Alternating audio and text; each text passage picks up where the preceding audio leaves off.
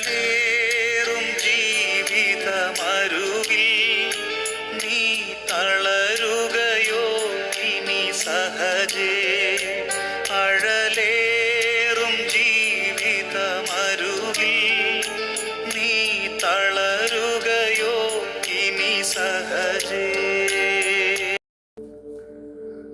Price the Lord. എൻ മനമേ യഹോവയെ വാഴ്ത്തുക, എൻ്റെ സർവാന്തരംഗമേ അവൻ്റെ വിശുദ്ധ നാമത്തെ വാഴ്ത്തുക. എൻ മനമേ യഹോവയെ വാഴ്ത്തുക, അവൻ്റെ ഉപകാരങ്ങളൊന്നും മറക്കരുത്. തിരുവചനത്തിൽ കാണുന്നത് പോലെ ദൈവം ചെയ്ത സകല ഉപകാരങ്ങളെയും ഓർത്തുകൊണ്ട് ഈ പ്രഭാതത്തിൽ നന്ദി നിറഞ്ഞ ഹൃദയത്തോടെ നമുക്ക് ദൈവപാദപീഠത്തിലായിരിക്കാം. കർത്താവ് നമ്മളെ ഏവരെയും സഹായിക്കുമാറാകട്ടെ. നമ്മുടെ ഇന്നത്തെ പ്രഭാത ചിന്തയിലേക്ക് ഞാൻ നിങ്ങളെ ഏവരെയും ഹാർദവുമായി സ്വാഗതം ചെയ്യുകയാണ്. നമ്മുടെ പ്രഭാത ചിന്ത ഇവിടെ ആരംഭിക്കുന്നു. പ്രാർത്ഥനയോടെ ശ്രമിച്ചാൽ നമ്മൾ ഈ ദിവസങ്ങളിൽ പഠിച്ചുകൊണ്ടിരിക്കുന്ന പാഠം യാക്കോബിൻ്റെ ലേഖനമാണ്. യാക്കോബിൻ്റെ ലേഖനം എന്ന പഠന പരമ്പരയിൽ ഞാനിതിനെ 8 ഭാഗങ്ങളായിട്ടാണ് തിരിച്ചിരിക്കുന്നത്. യാക്കോബിൻ്റെ ലേഖനത്തിൻ്റെ പ്രധാന പ്രമേയം എന്ന് പറയുന്നത് വിശ്വാസം എന്ന ഒരു പദമാണ്. അതുകൊണ്ട് ഇന്നത്തെ പ്രഭാതത്തിൽ നമ്മൾ അതിൻ്റെ 1-ാം അധ്യായം 1-ാമത്തെ വാക്യം മുതൽ 12-ാമത്തെ വാക്യം വരെയുള്ള ഭാഗങ്ങളെ ഒറ്റ ഫ്രെയിമിൽ നിർത്തിക്കൊണ്ട് ചില കാര്യങ്ങൾ നിങ്ങളുമായി പങ്കിടുവാനായിട്ടാണ് ആഗ്രഹിക്കുന്നത്. ഇത് ഒരു ലഘു സന്ദേശമായതുകൊണ്ട്, വളരെ ഷോർട്ട് മെസ്സേജ് ആയതുകൊണ്ട് ദയവായിട്ട് ഈ മെസ്സേജ് നിങ്ങൾ സ്കിപ്പ് ചെയ്യാതെ കാണുവാൻ കർത്താവിൻ്റെ നാമത്തിൽ ഓർപ്പിക്കുകയാണ്. അപ്പം നിങ്ങൾ ശ്രദ്ധിച്ച്, ഇവിടെ 1-ാം അധ്യായം അതിൻ്റെ 1 മുതൽ 12 വരെയുള്ള വാക്യങ്ങൾ നാം വായിച്ച് പഠിച്ചാൽ അതിൻ്റെ പ്രധാന പ്രമേയം എന്ന് പറയുന്നത് പരീക്ഷകളിൽ ഉള്ള സന്തോഷമാണ്. നമുക്കറിയാം, 1-ാം അധ്യായം 12-ാമത്തെ വാക്യത്തിൽ രേഖപ്പെടുത്തിയിരിക്കുന്നത് പരീക്ഷ സഹിക്കുന്ന മനുഷ്യൻ ഭാഗ്യവാൻ, അവൻ കൊള്ളാകുന്നവനായി തെളിഞ്ഞ ശേഷം ദൈവം അവന് വാഗ്ദത്തം ചെയ്ത ജീവകിരീടം പ്രാപിക്കും എന്നുള്ളതാണ്. ഇവിടെ രേഖപ്പെടുത്തിയിരിക്കുന്ന പദം പരീക്ഷ എന്ന ഒരു പദമാണ്. സാധാരണ നമ്മളൊക്കെ ചോദിക്കാറുണ്ട്, ദൈവം എന്തുകൊണ്ട് ഇങ്ങനെ നമുക്ക് വരുത്തി? ദൈവം ഇത്ര ക്രൂരനാണോ? ദൈവം എന്തിനാണ് ഇങ്ങനെ മനുഷ്യനെ വേദനിപ്പിക്കുന്നത്, നിരാശപ്പെടുത്തുന്നത്, ശിക്ഷിക്കുന്നത് എന്നൊക്കെയുള്ള ഒരുപാട് ചോദ്യങ്ങൾ നമ്മുടെ മുൻപിലുണ്ട്.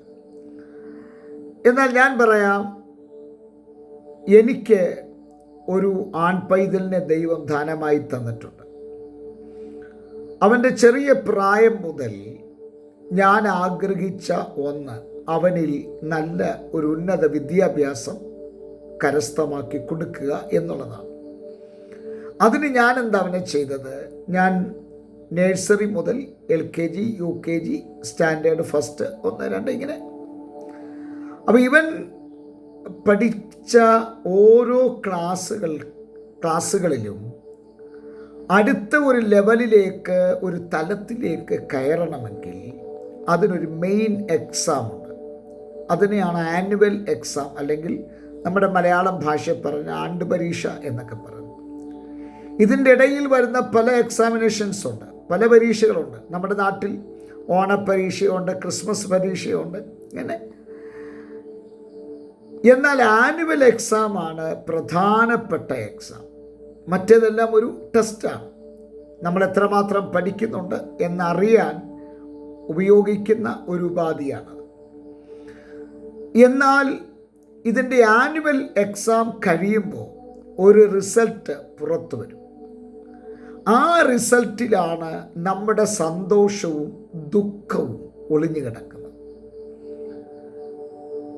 ഒരു ലെവൽ കഴിഞ്ഞു, അടുത്ത ലെവലിലേക്കുള്ള ആനുവൽ എക്സാം കഴിഞ്ഞിട്ട് എല്ലാ മാതാപിതാക്കളുടെയും ഉള്ളിൽ ഉള്ള ഏക ചിന്ത മകൾ പാസ്സാകുമോ എന്നുള്ള ടെൻഷനാണ്. ഞാൻ ചോദിച്ചോട്ടെ, നിങ്ങൾ സ്നേഹിക്കുന്ന നിങ്ങളുടെ മകനാകട്ടെ മകളാകട്ടെ, നിങ്ങൾ എന്തിനാണ് സ്കൂളിൽ വിടുന്നത്? ഉന്നത വിദ്യാഭ്യാസത്തിന് വേണ്ടിയിട്ടാണ്, അല്ലേ? ഉന്നത വിദ്യാഭ്യാസം കരസ്ഥമാക്കാൻ നമ്മൾ അവരെ സ്കൂളിൽ പറഞ്ഞു വിടുന്നു. അവർക്ക് ആവശ്യമായ ഉന്നത വിദ്യാഭ്യാസത്തിന് ആവശ്യമായ എല്ലാ ക്രമീകരണങ്ങളും നൽകും. ഇതിനിടയിൽ അവരുടെ കാലിബറിനെ, അവരുടെ കപ്പാസിറ്റിയെ പരീക്ഷിക്കുന്ന തലമാണ് എക്സാം എന്ന് പറയുന്നത്. അത് വേദനയുടേതല്ല.